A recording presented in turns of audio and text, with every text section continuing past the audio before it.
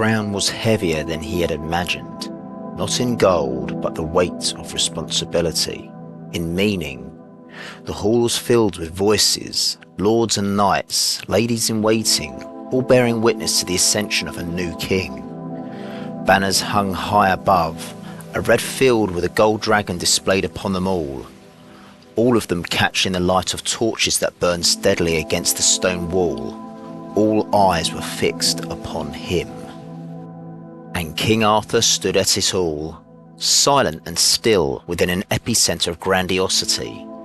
Even as the crown was lowered onto his head, the moment should have felt triumphant, but instead there was something else. A quiet weight beneath it all. Here he was, King of Camelot, who would lead the men of this land to a bright and prosperous future. But Arthur's thoughts did not remain in that hall. They drifted back to a different day, a colder day. The growing sprawl of London had been restless back then, crowded. The mob gathered, watching night after night fail to lay claim to the greatest prize in the land. But to Arthur, these nights were larger than life, the embodiment of what it meant to be a man of courage, of chivalry, of honour.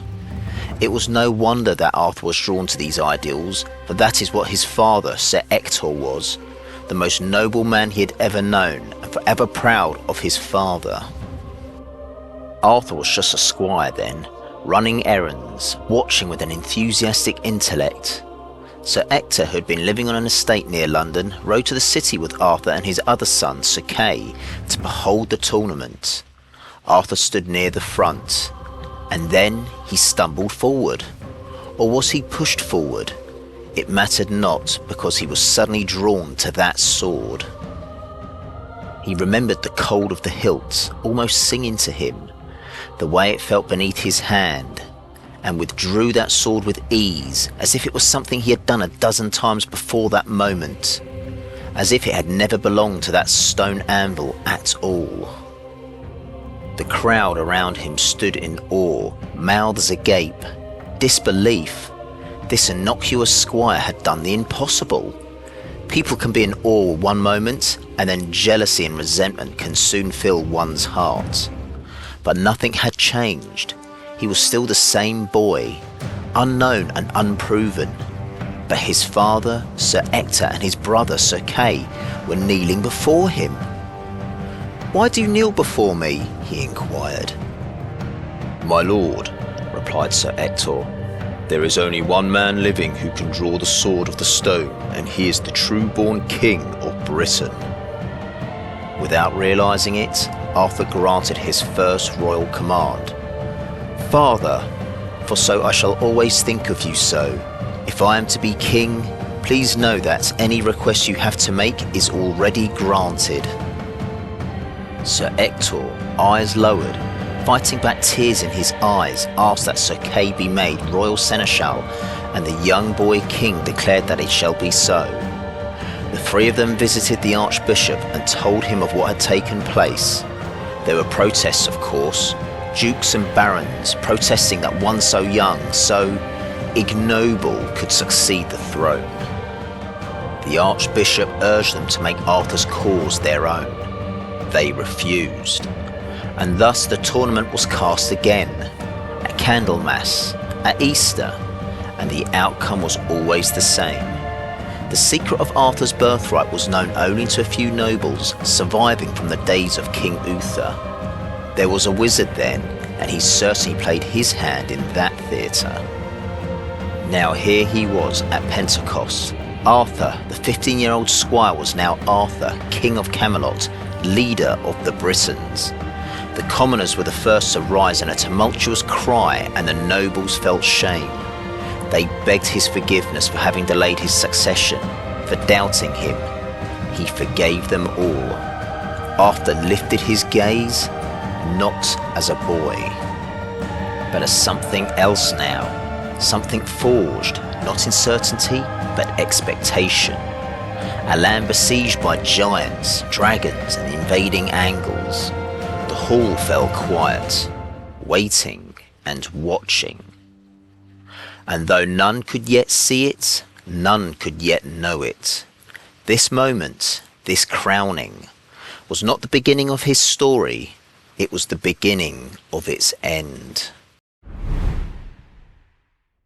A crown had been placed, a hall had echoed with acclaim, and briefly it seemed as if Britain had accepted its king. It felt stable for a moment, but acceptance in those days was never given freely. Beyond the walls of that hall, word spread quickly, not of a warrior king, not a seasoned ruler, not of someone with blue blood running through his veins. This was a boy, a squire, someone that few had ever heard of prior to that tournament of the sword in the stone. Some saw it as a miracle, a symbol that better times were ahead. To others it was an insult, blind luck. The banners were said to be red, but many believed they should be purple. How can this be, they asked. Where is his lineage, his proof, his right? Because in a land ruled by strength and blood, and ultimately legacy, destiny alone was not enough. And so the first challenges, not without, but within. Other kings rose, and not just one, but many. Men who had ruled their regions for years. They did not kneel, and instead they raised armies, forged alliances, and marched against this new king. One of the first battles was on the River Glen in Lincolnshire, a Saxon stronghold, tentatively identified with one of the two River Glens today. The hill fort of Yevering Bell, a Saxon hill fort, soon became a British one. The early battles were not glorious, they were hard, messy and bloody. Fought in mud and rain, where the only currency was steel, with men dying not for ideals, but for dominance. Gone was the boy king and former squire. In its place, a king was beginning to take shape. He fought beside his men, not behind. He bled as they bled, endured as they endured. Victories came, not easily, but decisively. Kings who had once mocked him were either killed or made to take a knee and kiss the ring. Whatever Arthur was, he was not weak. But even in victory, there was no peace. The land was not yet united, it was simply being subdued. The sword may have chosen him, but men still needed convincing. But the caliber of men that Arthur would require would be men of honour, martial prowess, chivalry, and ultimately, men of justice. And so, Camelot was born, not from triumph, but necessity. There was a need to hold something fragile together, a kingdom not yet whole, a throne not yet secure, a king still learning his birthright. But far from courts, far from the banners and the growing legend, the shadow of what was to come was already beginning to take shape.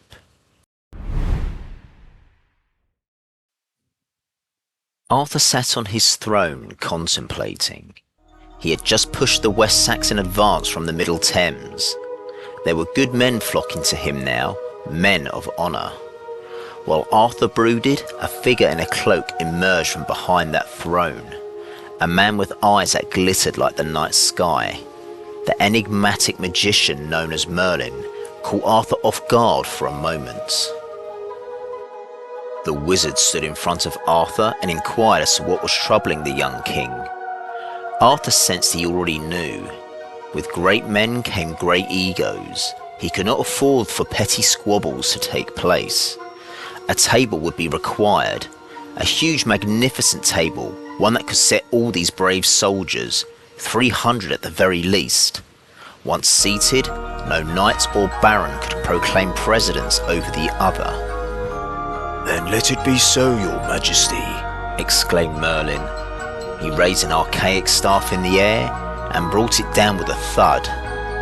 When Merlin stood aside, there in front of Arthur in the middle of the court was a huge round table. Dozens of seats were situated around it. There were many, but they were finite. "No matter how many knights flock to your banner, sire, there will always be room at the table for one more. It will symbolise equality and unity. A powerful ideal of heroic ideas and the egalitarian principles that you so hold dear to your heart, my king. It will be a table of brotherhood, one where oaths will be forged, quests will be put together with tactical precision, an embodiment of the values of bravery, courtesy, honor, and above all, protection of the weak. Arthur stood up and beheld the table. It represented Camelot itself, a place where order would replace chaos, where justice would stand above ambition, where strength alone would no longer decide the fate of men. Arthur thought of some of those knights, men of greatness. Merlin also thought of them. Men of greatness, yes, but riddled with flaws. Sir Lancelot. No man in court was more feared or admired in battle. Tall and broad-shouldered, his eyes were like chips of blue ice.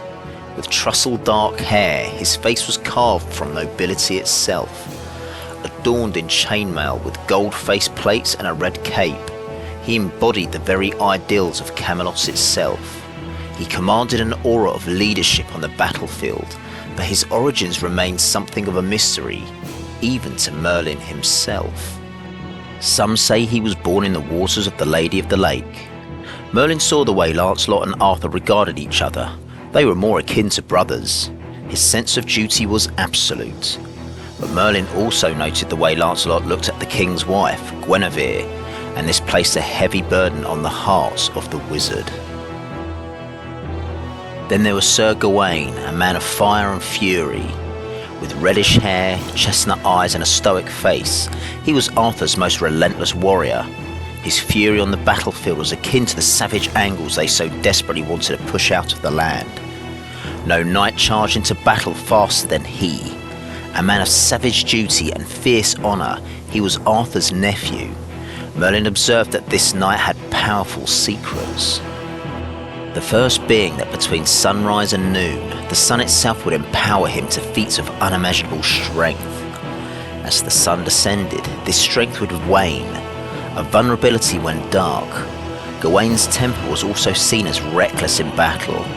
The man carried grudges and regarded Lancelot with mistrust. Sir Galahad was the son of Lancelot, a knight of purity and spirit. With his golden hair, a silver breastplate that looked white, and the inherited eyes of his father, he looked akin to an angel walking the earth. The most virtuous of the knights, bar none. If only more were like him, Merlin thought to himself. Then there was Sir Kay, the unknown foster brother of Arthur himself. A warrior through and through. Tall and broad, and while not possessing the swordplay of Lancelot, the purity of Galahad, or the savagery of Gawain, Kay had a tongue sharper than the blades he wielded. A quick-witted man who enjoyed mocking his opponents and prepared to use underhand tactics to win. While his honour on the battlefield was dubious, his loyalty to Arthur was absolute. When others would fall, and they would, Merlin thought, this one would be one of the few that would stand at Arthur's side through and through. When others would fall to temptation, Kay would be steadfast. Sir Percival. He was not raised in a noble court, and there was a youthful innocence about him. Having lived a rural life as a child, Percival was not familiar to waging war, and his family were killed as casualties in conflicts. Coming to Camelot initially as a war orphan, he was pure of heart, untainted by corruption. A purity was within him like that of Galahad himself. He arrived in simple armour, and the jeers from the others soon began. But he possessed an unshakable heart, and despite his inexperience, had a natural talent for battle. He craved neither power or ambition, simply a duty to serve king and country. A great tale would this man embark upon. Merlin had foreseen it. There were a dozen of these knights, and more would follow. But there was one knight that captured the attention of Merlin the most, Sir Mordred. From the blood lineage of Arthur himself, it was said that he was his nephew. Some believed he was Arthur's illegitimate son, born of magic, treachery and deception. Or maybe he was just an ambitious knight, there for personal glory and power for himself. Merlin saw that this could be Arthur's doom. Or perhaps not. The Round Table was a means to forge strong alliances and camaraderie. They each brought something different: strength, loyalty, faith. They became more than soldiers, more than scalpels or hammers for Arthur to wield. They became symbols, and for a time, it worked. The land stabilised. Justice was carried beyond the walls of Camelot. Stories began to spread of knights who righted wrongs, who upheld honour, who fought not for conquest, but for something more idyllic. And by Arthur's side was his queen, Guinevere. A presence that brought grace to the court, a balance to the weight of kingship. She reminded them all that Camelot was not only forged in war, but unity. And so, for many afar, Camelot was beginning to look like something eternal, unbreakable. A perfect kingdom ruled by a perfect king. But perfection is ever a fragile thing. Camelot was not built on reality, but belief, honour and loyalty. A belief that men could rise above their nature. But tragically, and for all of time, belief can waver and belief can falter. At first the cracks were invisible, small things, unspoken tensions, glances that lingered too long. Jealousy had begun to ferment, because even in Camelot, even amongst Arthur's greatest, something had begun. Something more powerful than war or rebellion, something more dangerous. Love. And with that love, the herald of the beginning of the end. It is in times of peace and prosperity that threat comes not from without, but from within. Lancelot was arguably the greatest of Arthur's knights and his most loyal. Wise, strong and kind, he was the epitome of what Arthur considered a knight, and all men to aspire to. But that did not make Lancelot unwavering, and his greatest crime and tragedy was the love for Guinevere, Queen of Camelot and wife to King Arthur. Like most romances, their love bloomed slowly. At first she ignored Lancelot, but over time he wore her defences down, as he had done so many a time on the battlefield. She succumbed to his charms and they became lovers. Because this affair percolated over time, rumours and whispers began. A knight, Sir Lancelot, hearing of these disgusting rumours, confronted Lancelot in person, in the presence of the king and queen no less. Lancelot denied such a vicious accusation and demanded his honour be restored. Sir Lancelot and Sir Lancelot duelled. Lancelot was cut down and Lancelot's honour was restored, along with the affair. But the rumours would not go away. Other knights became suspicious, especially Sir Gawain, who was no fan of Lancelot, who he considered nothing more than a peacock. And then one night, Sir Agravin and Sir Mordred, along with 10 other knights, stormed the chamber of their queen, and who should be in her bedchamber? It was not the king, it was Lancelot. With no time to deny it, Lancelot went into action. Despite the odds, Lancelot somehow fought his way out of that chamber to freedom. Guinevere was not so fortunate. She was seized by the guards and brought before a heartbroken king. How could the king, and by extension, espouse the values of honour and loyalty when this was happening beneath his very nose? She was to be executed for infidelity, and Sir Lancelot's castle would be pulled down brick by brick. And from the shadows, Sir Mordred watched all of this with a wry smile on his face. A newly appointed lady-in-waiting, Vivian, stood by his side and whispered into his ear. The affair led to a deep division within the knights. There were those that were loyal to Arthur and saw this as the ultimate betrayal. And then there were those loyal to Lancelot, the man that had led them to glory and saved their lives, and countless others too many times to count. The day of the execution arrives, and Guinevere is tied to a stake to be burned for her crimes. But Lancelot arrives to heroically save the queen from such a demise. In doing so, Lancelot goes through knight, guard and men alike, Flying into a rage, he kills them all, including those that went unwillingly and unarmed. Heroic intentions laced with savagery. Rescuing Guinevere, Lancelot escapes into exile. Arthur was left with no choice now and declared war on the kingdom of Lancelot. A battlefield that would be stained with the blood of hundreds of knights. The war between Arthur and Lancelot would not be a war of honour or courage. Arthur had never encountered betrayal and was ill prepared to handle it. The armies of Arthur and Lancelot clashed. Once the best of friends and a man Arthur would consider a brother were now at war with each other. Arthur rode with his armies to the kingdom of Lancelot and left the kingdom in the hands of his nephew, Sir Mordred. Arthur took all the knights still loyal to him and rode into battle. With each battle between Arthur and Lancelot, the cracks in Britain grew wider and harsher.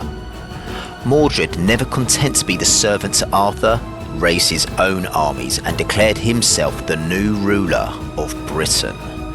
When news reached Arthur, he could not countenance what he was hearing. First Lancelot, and now his nephew.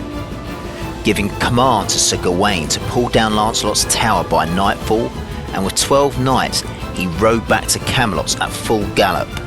Treachery everywhere, but Arthur was determined to not lose the kingdom. Perhaps this would be the final battle. The Battle of Camlann would soon begin.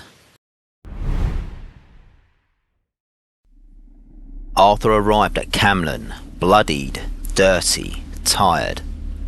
Mordred was sitting on a makeshift throne, out in the open. Not the throne, but not so much sitting as he was lounging on it, legs draped over the armrest. He was casually eating grapes with one hand. His hand was lazily over the hand of his sword, Clarence. Mordred was dressed in black and ready for battle.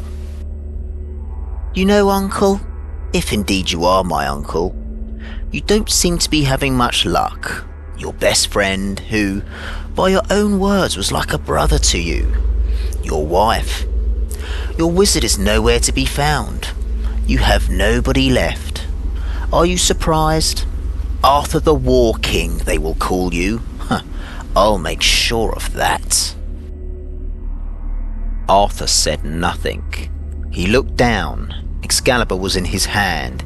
He had no recollection of drawing it, but it was there, an extension of him as much as his arm was. Sir Ector isn't even your real father. It was King Uther, did you know that? Of course not. I wonder what else that catamite of a wizard kept from you. Now where could he be, I wonder? Arthur just stared at Mordred. He was staring through him. I know where he is, being dealt with by Morgan le Fay, great Auntie Fay. But that isn't quite right either, is it? You also know her as Morgause.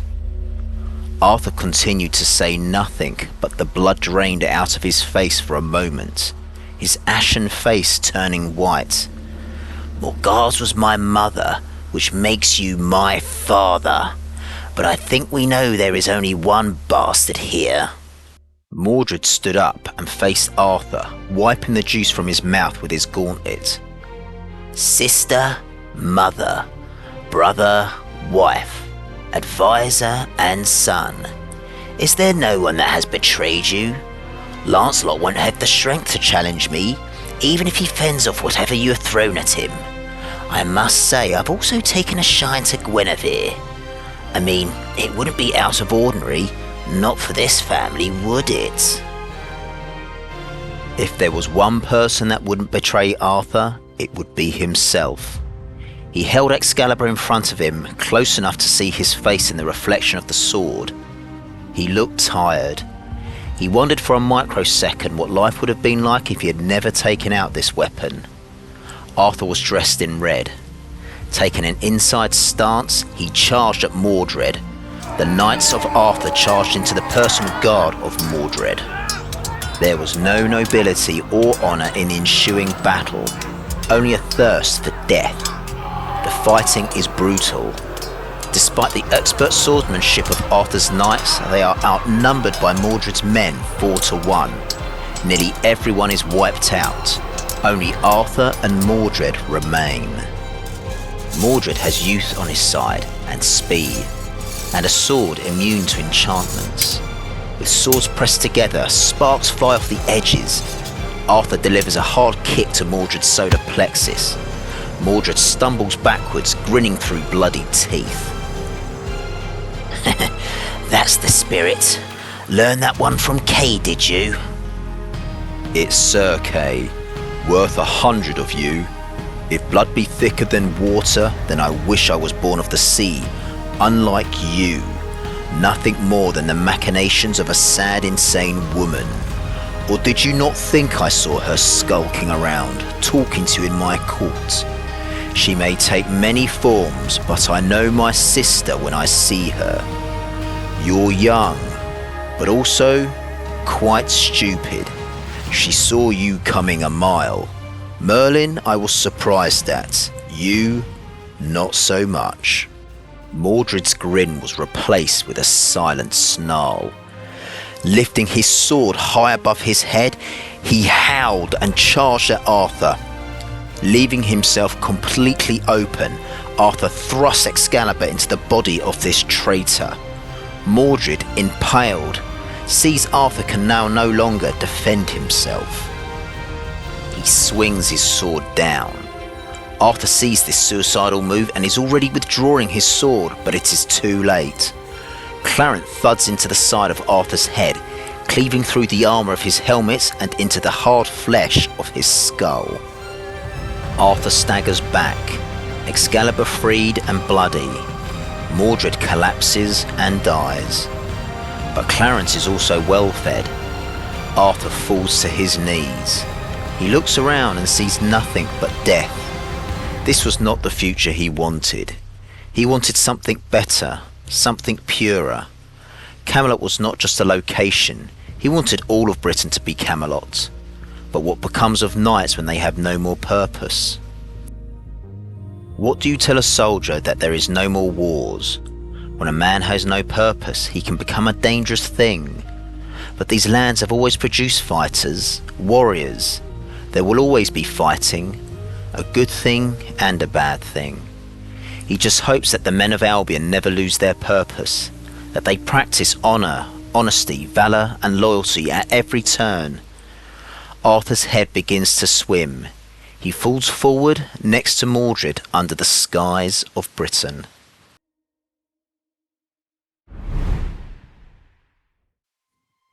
After the Battle of Camlann, Arthur is taken to that enchanted place of Avalon, in the hope that he can be healed of his injuries. The same place where the mighty sword Excalibur was forged. A place of true wonder, magic and splendour. A place where fields have no need for ploughs, where fruit grows plentiful without the need for orchards, and anyone that dwells there can do so for hundreds of years. But even in this land of magical wonder, it cannot save the king. The sword is returned and Arthur is taken to his final resting place at Glastonbury Abbey. Guinevere entered a convent where she spent the rest of her days praying and helping the poor. Filled with remorse over what she had done to her husband with Lancelot, she vowed never to see the knight again. When she died, she was buried next to Arthur in the abbey. Upon hearing of Arthur's death, Lancelot was said to return to England, seeking out Guinevere. Love and guilt drove him to find her. When he did find her, she had already died.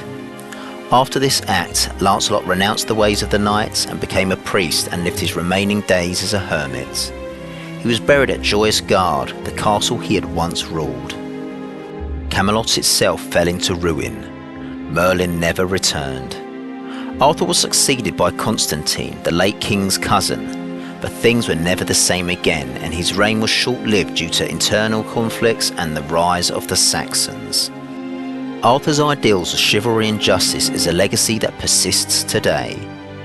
But it reminds us that even the greatest of men are still ultimately human, replete with flaws.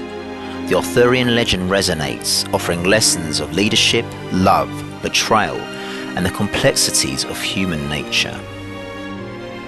If you liked today's episode of Mythic Albion, be sure to leave a like and review.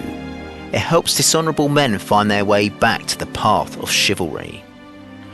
And that concludes our Arthurian trilogy. However, the path of mythic Albion is ever long, and the road we continue to walk on. Next time on Mythic Albion, we dive deep into the world of the Fae, supernatural entities of UK folklore, exploring a wide range of beings often described as ethereal, otherworldly and magical. From Sheelies to pixies, brownies, elves and fairies, banshees, nymphs and more, an environment that seems to come from the furthest reaches of our human dreams and occasionally our darkest nightmares. Until next time, walk wisely and keep a lookout for that lone knight on a quest of unimaginable magnitude.